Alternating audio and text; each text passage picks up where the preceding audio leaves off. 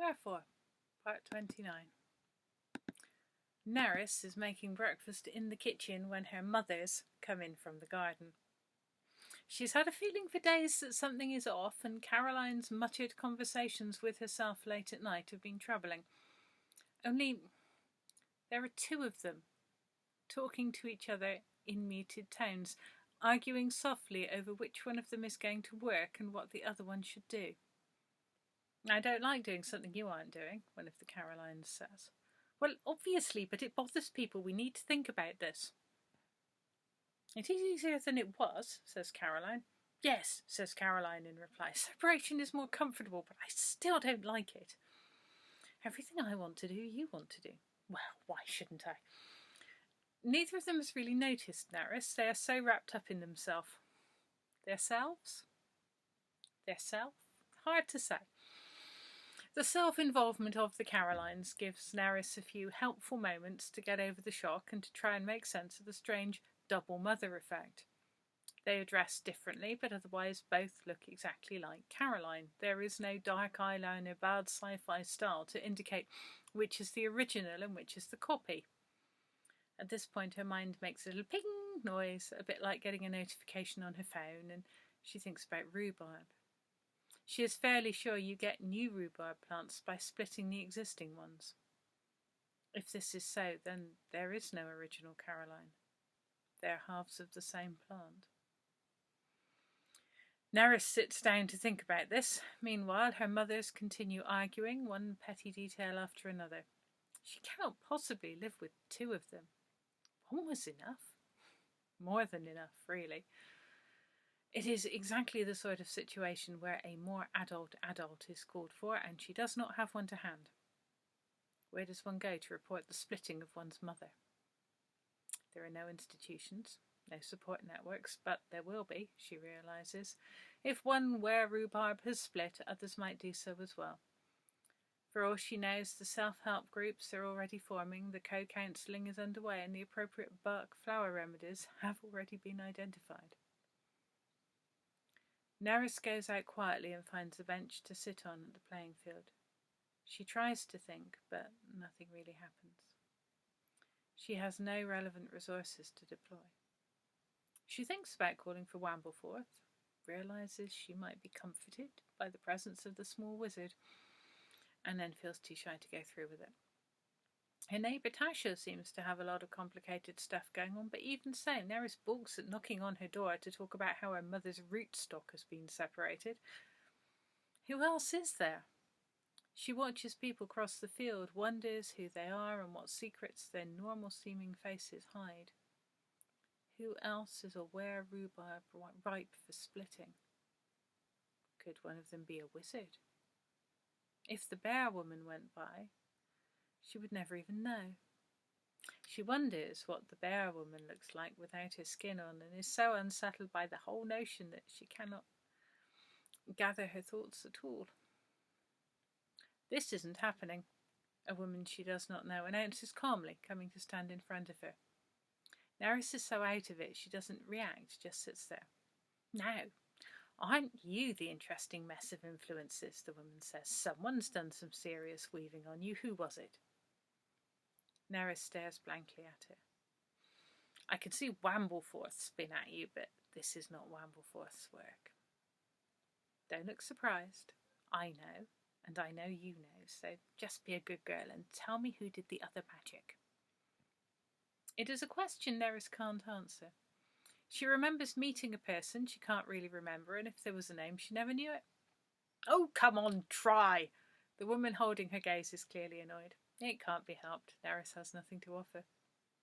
The woman's phone plinks, and she reaches for it, looking annoyed. Looking at the phone makes her even more annoyed. She mutters to herself and does not grace the message with a reply. This is the phone on which she definitely does not get messages from the other wizards, because, as we all know, the wizards never talk to each other about anything. The message reads, "Forget the giants, have you seen the hill?" She is not. And so this plot point must be left aside as a confusion to follow up on at some future time. "Well, at least you aren't a budding wizard," the woman says. "That's good news for both of us." She turns as though to leave, turns back and says, "Forget all of this," and then simply vanishes.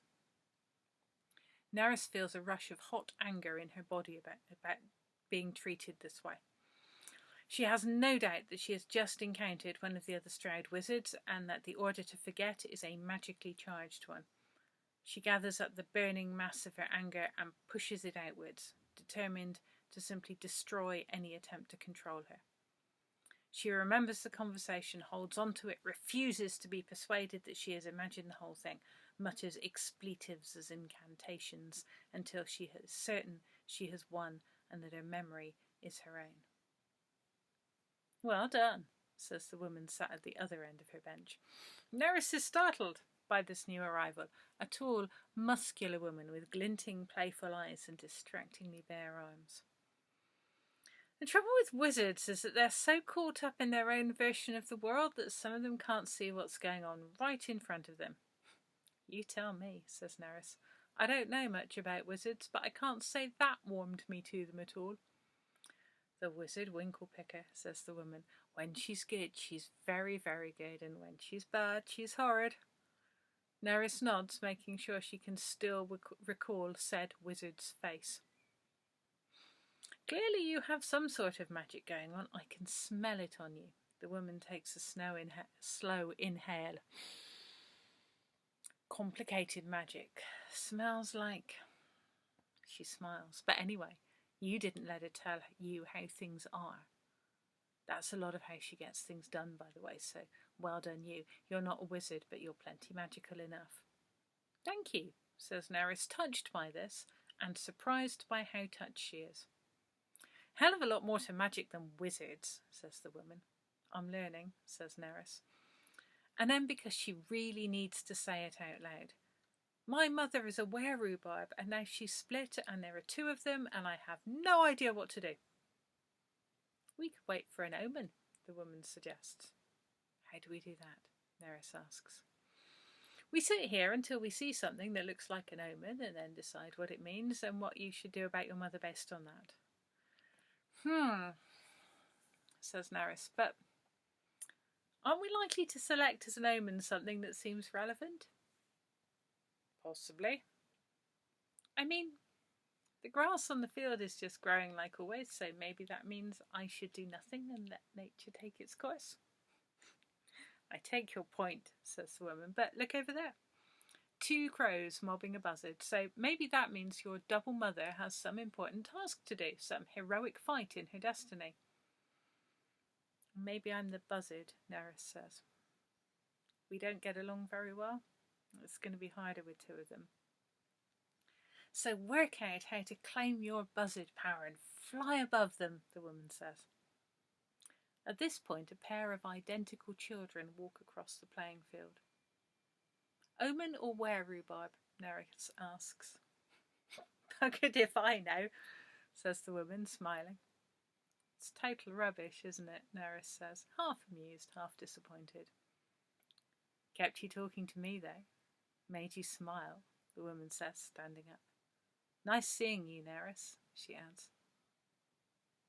"Wait, what?" The woman smiles and says nothing. "What's your name?" Nerys asks. "Ursula," says the woman, "and I will see you around," which is either a threat or a promise, depending on how you feel about it. She raises her eyebrows. "Later you will ask yourself, is it nominative determinism? And the answer is maybe, I don't know." And with that, Ursula walks away. Nerys sits back on the bench, failing to gather either limbs or thoughts enough to do anything in response. Ursula. She tries the name in her mouth, rolls it carefully over her lips. Something in that exchange felt a bit familiar. Ursula. How does this woman know her name? And why nominative determinism? And then it hits her. Hard. Nerys falls forward, elbows to knees, head in hands. She has just seen the bear woman with her clothes on.